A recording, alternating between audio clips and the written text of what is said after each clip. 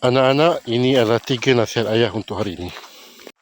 Pertama, jangan terlalu yakin dengan keselesaan yang ada pada hari ini. Apa yang kita ada hari ini boleh berubah bila-bila masa saja. Mungkin bertambah baik, Alhamdulillah. Mungkin bertambah buruk, na'udzubillah min zalik. Oleh itu, lebih baik kita bersedia untuk apa sahaja keadaan daripada kita menyesal kemudian. Kedua, belajar untuk memaafkan tetapi tidak melupakan. We forgive but never forget. Memaafkan tak bermakna kita memilih untuk melupakan apa yang telah berlaku.